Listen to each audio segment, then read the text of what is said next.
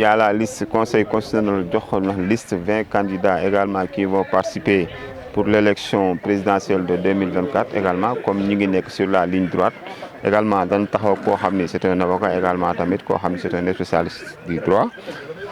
mu war ñu mën a wax tamit tey si candidature dañ la ko gisee également tam nan la gisee tamit ku l'exclusion ku mel ni Karim Wade maître ñu ngi lay nuyu. waaw Dak Médina maa ngi leen fay di remercier donc vous faites un travail extraordinaire donc pour au-delà même de la Médina pour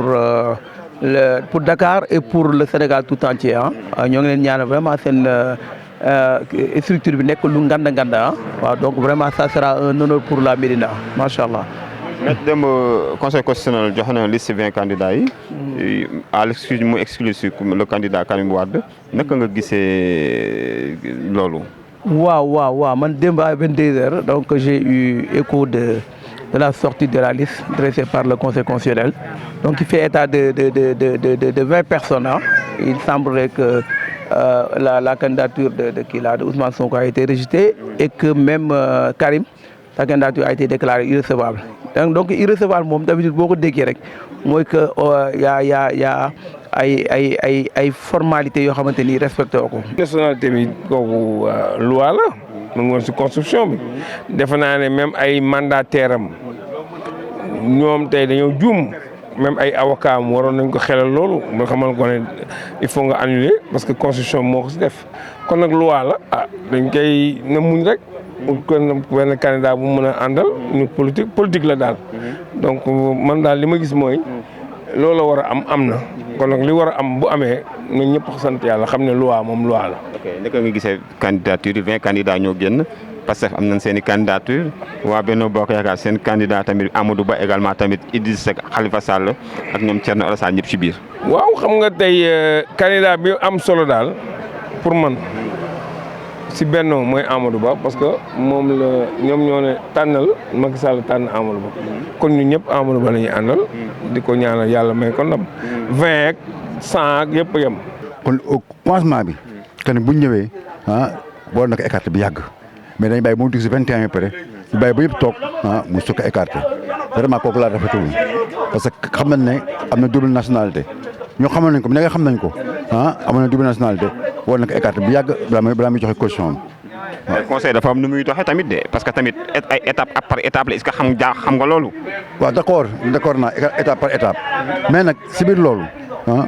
même dañ leen siffler parce que le gars là il paraît que c'est Amadou Ba moo nekk déposer te Amadou Ba lan la te man lu ma jaaxal sa mooy benn opposition di xeex beneen opposition loolu moom c'est ça moom jaaxal man waaw. ki wax Karim ne double national la am kooku opposition la bokk. Maintenant on peut supputer parce que moi j'ai pas encore lu l'arrêt je n'ai vu que la liste mais motivation yi gisuma ko quoi mais si on se. colle à la bon les motivations on a dit que c'est également ces deux nationalités bi nga xam ne française ak sénégalaise. oui parce que conseil constitutionnel moom il se base sur la légalité pour voir les conditions ont été déjà posées par la loi donc day jël rek di teg di xool et d'ailleurs j'ai vu que mais y a un candidat même de l'opposition Alassane Sall qui avait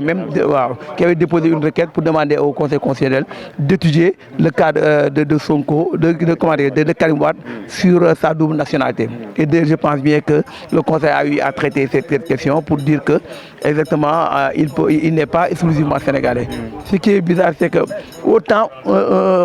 qu'une personne qui disposait d'une double nationalité pouvait, mais depuis quelque temps on avait vu que c'est son père même qui avait demandé à ce qu'on mette l'adverbe de manière exclusivement. Donc, exclusivement de nationalité sénégalaise. Donc, c'est le père qui avait porté ce texte-là et en réalité, c'est le fils qui subit ce texte. Maintenant, avant, j'ai vu qu'effectivement, un décret est sorti, un décret du président français qui dit qu'effectivement, Karim a renoncé à sa nationalité. Et il semblait que Karim, depuis longtemps, le demandait, mais le décret est sorti. Donc, on sait que le décret ne rétroagit pas. Donc, le Conseil constitutionnel a considéré que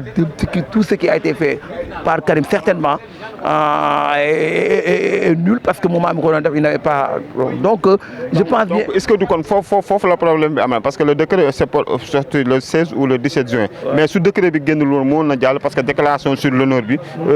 presque soo xoolee loolu doon na ko ci génne. waaw léegi moo tax ma ne y aura la porte de l'interprétation est ouverte mais man je ne peux pas aller au-delà de parce que gisuma su ma lire motivation après je peux donner mon avis mais je sais que exactement conseil constitutionnel ñoom d'habitude y a un contrôle de rigueur bu ñuy def donc certainement ils ont considéré que de par la renonciation bi mu defoon bi mujjee génn ni loolu Karim a perdu n'avait pas le droit même de kii là de se présenter parce que c'est irrecevable. waaw donc ils disent que tel n'a pas été respecté donc c'est irrecevable. kon mën nañu jàpp ni au-delà de déclaration sur l'honneur conseil constitutionnel li mu génne la surprise reste l'exclusion de Karim Wade mais l'exclusion Ousmane Sonko également ce n'est pas une surprise hein. waaw parce que foofu tamit xaw naa gis ma commentaire la ma gis naa ni exactement ñoom ñuy wax ni Ousmane Sonko c'est vrai que le fait que mu joxe sa consignation au niveau de la caisse et que exactement il n'a pas reçu une quittance ñoom nee nañ loolu c'est pas de son ressort il a fait ce qu'il devait faire c'est une faute de l'administration en quelque sorte wax dem nañ ba wax ni ba mu demee tamit di fiche de parrainage bi il a demandé sur la base de kii là de PV ak yooyu yëpp et d'une décision qui a été rendue donc bu ñu ko joxul tamit c'est pas de son ressort donc xaw na kii yëpp xaw na wax ni loolu ça ne suffit pas pour ñu écarter ko mais le fait qu'il y ait une décision qui est devenue définitive donc il ne peut plus faire l'objet d'une contre-attaque entre guillemets devant une haute juridiction donc loolu moo koy privé donc ñu rappelé ko muy décision. mooy décision Mame Mbaye Niang bi nga xamante ni exactement on l'a condamné à 2 mois Mame Mbaye Niang a fait appel et le procureur a fait appel foofu tamit pertinence appel procureur bi il faut considérer c'est l'État qui a contrecarré.